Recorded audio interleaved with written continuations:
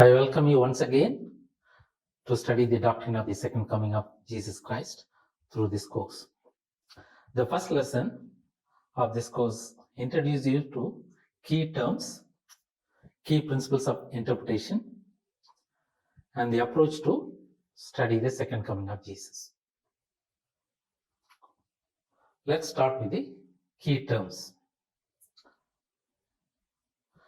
Although I have deliberately avoided using theological jargons in this course, but it will be good to be familiar with some of the key terms associated with the study of the second coming of Jesus, so that you will be familiar with.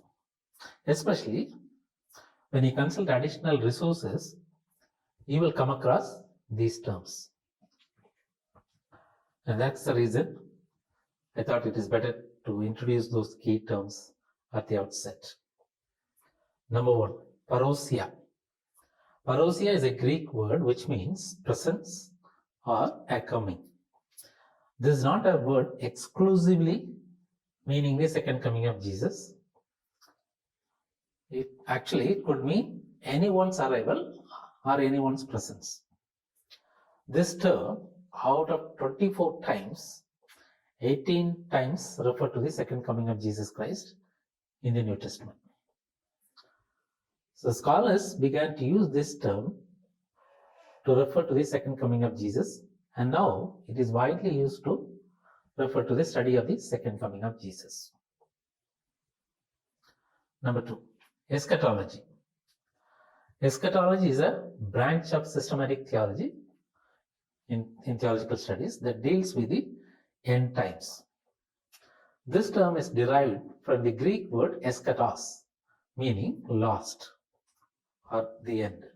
Eschatology is the study of end times, which includes the study of death, the final judgment, and eternal destiny. In other words, it is the doctrine of lost things. Eschatology means lost things. Number three, apocalypse. Apocalypse means revelation. This word is derived from the Greek word apocalypsis, which means unveiling. Popularly, this word is known as the end of the world or great destruction of the world due to nuclear explosion, as portrayed in movies and fiction. But in theology, this word means unveiling of hidden things by the initiative of God. God reveals a mystery which is otherwise unknowable. The last book of the Bible is titled Revelation for this reason. The revelation that John received was mediated by angelic beings and revealed through visions and dreams. God revealed the mystery of the glorious future He prepared for His church to John through the visions mediated by an angel. Number four, apocalyptic literature. Apocalyptic literature is one of the literary style or genres like prose, poetry, or prophecy. The literature that contains apocalypse is called apocalyptic literature. Apocalyptic literature presents in narrative forms of visions and dreams in symbolic and figurative language. Apocalyptic style is used to describe the end of the world when God will vindicate His people by destroying the oppressors or the wicked. This style, apocalyptic style, emerged during the exile period when the Jews were under the Gentile kings, mainly for enthusing the Jews to sustain their hope of restoration. The later chapter in the book of Daniel and the book of Revelation are considered biblical apocalyptic literature. Other passages relating to the end times in the New Testament also called apocalyptic in their style, only those passages. The book of Revelation was written in an apocalyptic style to sustain the hope of Jesus' return among the believers, because the church was facing persecution during the first century. Number 5, millennium. Millennium in general refers to 1,000 years. This term is derived from the combination of two Latin words. Mille means 1,000, annus means year. In eschatology, millennium refers to the 1,000 years reign of Christ on earth towards the end of the world. Number 6, the last days.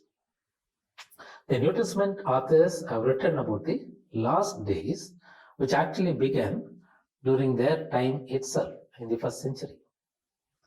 The term last days does not always refers to the end of the world, but mostly it refers to the present age or the church age. The author of the Hebrews says in chapter 1 verse 1 and 2, let me read it for you.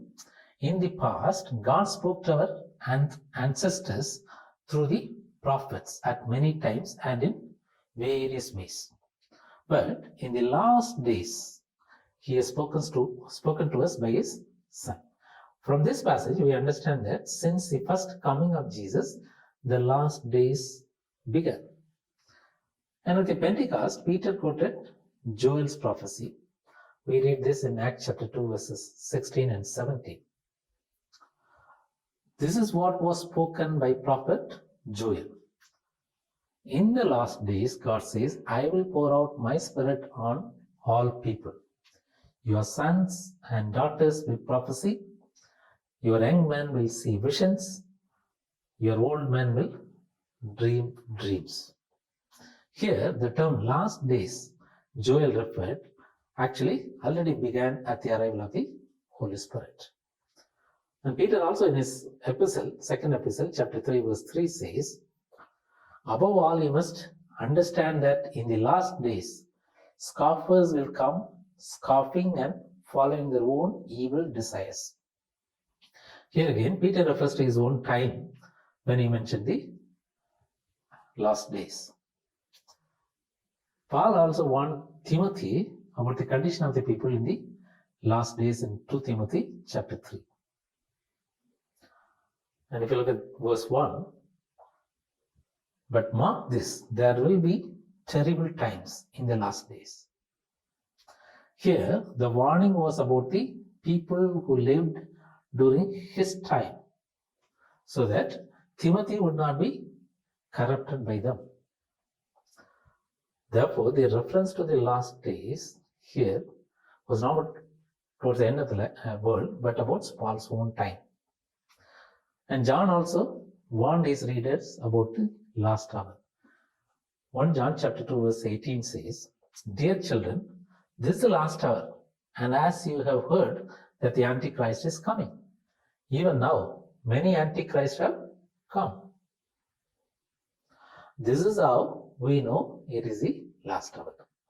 So here John spoke about the coming of the Antichrist during the last hour, but referring to his own time.